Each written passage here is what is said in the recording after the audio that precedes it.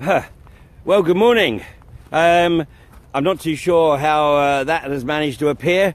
It looks like my live feed might have been hacked because I don't recall putting on the Santa hat and the Santa beard. So I don't know if we can get rid of this. I think we might have to start this again. Looks like we've got a bit of a hack here.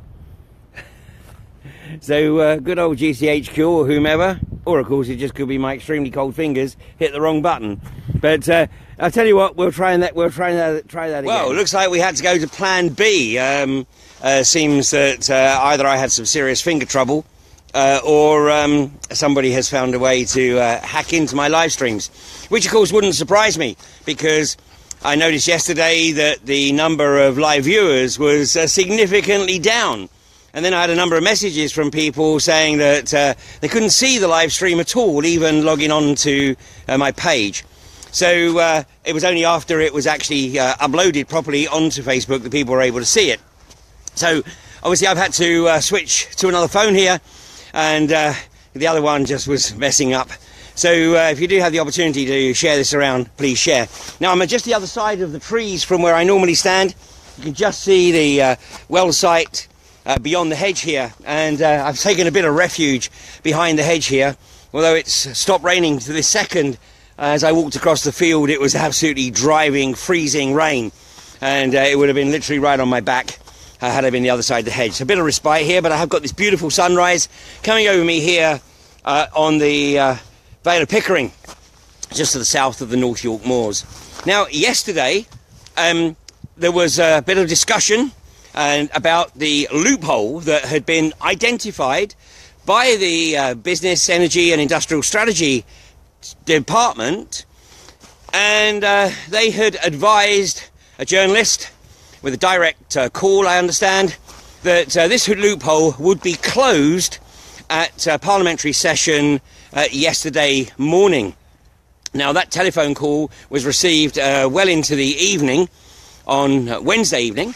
Now, being the calibre and quality of journalist that she is, the lady concerned put out an article announcing that BEIS had identified this loophole, which would have enabled Barclays Bank, trading as Third Energy, to frack here without actually seeking any sanction from the Secretary of State. And this was based on the fact that somebody had identified a loophole that didn't cover wells that were drilled before 2016. Now, consider the possibility that something else occurred here.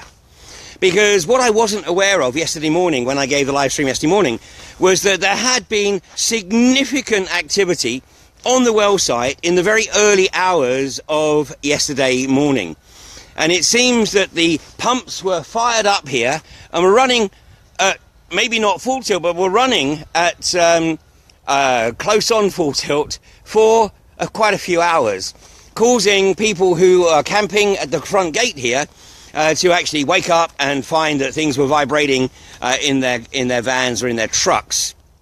Now, why on earth would Barclays Bank, trading as Third Energy, why on earth would they want to fire up the pumps in the extremely early hours of Thursday morning, running the risk of causing some further problems with the local community here, unless perhaps they had taken the press statement that, as it happened yesterday morning, they would still be able to run that frack without getting sanction from the Secretary of State. And consider the possibility that over the last few weeks, Greg Clarke, the Secretary of State, realising that he has effectively been handed this horrendous political, not just a hot potato, but a hot grenade, and he'd been saying to his legal teams, boys and girls, look, we've got a bit of a problem here. This is political dynamite,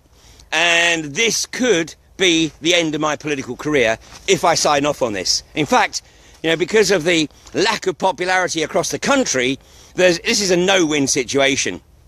So what I need, boys and girls, is a way out. And what I need you to do is I need you to work through the Infrastructure Act and all other supplementary legislation with a fine-tooth comb, and you need to find me a loophole where Barclays Bank can actually frack at Kirby Misperton without me having to put my signature on it. So, you know, I'll give you a couple of weeks, I could buy you 2, maybe 3 weeks, but after that, you know, basically we really have got a problem. So, on Wednesday night, the call comes directly from BEIS to a journalist who they knew fine well would get the information out very quickly. And was this a ploy to send a signal to Barclays Bank that said, basically, look guys, if you can get that first stage done before we actually submit this documentation to Parliament, then, you know, we're all in the clear. Yeah, there's going to be a bit of flack because, you know, everybody thought you were going to have to ask for permission. But in reality, you did not breach the regulation because the well was drilled in 2013 and not actually covered yet by the Infrastructure Act. So you've got about 12 hours to do what you need to do. And so, I'm not suggesting this is actually what did occur, but at the moment, we do not have an explanation as to why these pumps were fired up and running for a few hours in the early hours of Thursday morning. Now, all the media has effectively re-quoted the initial press release, which said that actually the reason for the delay was because there was a problem with the legislation and, you know, that was going to have to be ironed out before they even looked at the application submitted by Barclays Bank, trading as Third Energy. So that, you know, basically we're well down the road and we haven't even actually started to look at the application, so that comes next. So if that is the case, then unless they rush review that application, then the likelihood is that this isn't going to kick off until after Christmas. Unless, of course, now they let things settle, everybody thinks that the Secretary of State is actually holding them up here, but maybe, just maybe, he gave them the go-ahead. So, what's going to happen today? Well, there will be calls, of course, to the Environment Agency, to the Health and Safety Executive, and to Barclays Bank, and looking for the absolute confirmation that yesterday morning they were not pumping 270 odd gallons of fluids down the well in a bid to beat this parliamentary deadline and get Greg Clarke off the hook. Now, if that is the scenario, or anything like the scenario, then, Greg, you're not out of the woods, because basically what you would have demonstrated is that you don't actually have the bottle to stand up to the responsibilities that you've been assigned. And so that, you know, that basically this loophole you may think has served you in your political career, but if this is the case, then believe you me, this single action will be a massive millstone around your neck for a long, long, long time to come. So, how do we rectify this? Well, obviously, the important thing is that Third Energy and the Environment Agency and the HSE and the BEIS all confirm that there was nothing untoward occurring, and Third Energy will issue a statement as to why they felt it imperative to run their frack pumps between about 3 and 6 in the morning on yesterday morning. So, you know, we're not out of the woods here, and it's really, really important that the customers and staff of Barclays Bank are advised or reminded, if they've forgotten, about their direct connection with this abomination here at Kirby Misperton. And, you know, it is still staggering for those of us that have been on this case for a few years, but it's staggering to realise that there are people who live just a few miles down the road and, you know, they'll still say, what's fracking? I think I might have heard of it somewhere, but what's fracking? Well, they might not have heard of it yet, but if this goes ahead, they'll certainly have heard of it in a decade or so when, you know, they're struggling with the quality of water in this country, and acreage, massive amounts of acreage of farmland are effectively declared unusable. And if we think Brexit is a potential problem, then at that point, you know, we're in a real nightmare. So, all to play for still. there's a lot of shenanigans going on, obviously, between the industry and government. Yesterday, question time was held in Scarborough. And, you know, one of the biggest issues in this region is fracking and this nascent industry's desire to destroy large tracts across the north of England. And yet, despite this being the hottest local issue, there was no intent by the BBC or Dimbleby to allow any questions on this subject. And if it wasn't for a lady in the audience who managed to actually slip a comment in about fracking and about what it would do to tourism, about what it would do to agriculture in this country, then it wouldn't have got a mention. But was any discussion from the panel allowed on the subject? Absolutely not. So, you know, so much for BBC balance. Well, hopefully, and I know there are a number of people in the media who follow my Twitter account and watch these live streams. So here's your mission, should you choose to accept it. And your mission is to get categoric assurances from the BES, from the Environment Agency, from the Health and Safety Executive, from Barclays Bank, trading as Third Energy, that they did not take advantage of this press release and pump some in excess of 250,000 gallons of fluids into this well in the early hours of Thursday morning to beat the deadline of the government closing the loophole in yesterday's parliamentary session. It's a dirty business. It's an extremely dirty business. And, you know, we've seen all sorts of dirty tricks being used. You know, we've seen social services sent round to people who are photographed at the well site. And of course, these people have done absolutely nothing wrong. This is simply the totalitarian corporatist state flexing its muscles and trying to intimidate. And of course, if you just kowtow and go, oh my goodness me, you know, I just got to keep my nose onto the grindstone, don't put my head above the parapet. Well, the prognosis, if you take that option, is not a pretty picture. In the short term, it's going to be hard. There's no doubt about that. And the establishment, you know, doesn't like it when people show dissent, which is why, you know, a few days ago we kicked off the winter of dissent, because this is a government that is working on the basis that any dissent against its policies, whatever they might be, is effectively domestic extremism at best or domestic terrorism at its worst. And, you know, one of the discussions that did take place on Question Time last night, and I have to say it's an embarrassment, an absolute embarrassment to be associated with a government that is effectively touting arms to some of the most oppressive regimes on the planet, knowing fine well that those arms are being used to effectively destroy adjoining cultures and adjoining civilizations, effectively. And yet the panel on Question Time sit there and, with a couple of exceptions, effectively say, well, if we weren't providing the arms, someone else would, which is, of course, pretty much a quote from Boris Johnson. And, you know, it's the same here. You know, people say, well, if we don't produce the gas in this country, then we're going to have to get it somewhere else. And that is not necessarily a great idea either. But at least if we're having to get it somewhere else, then the motivation continues to find alternatives.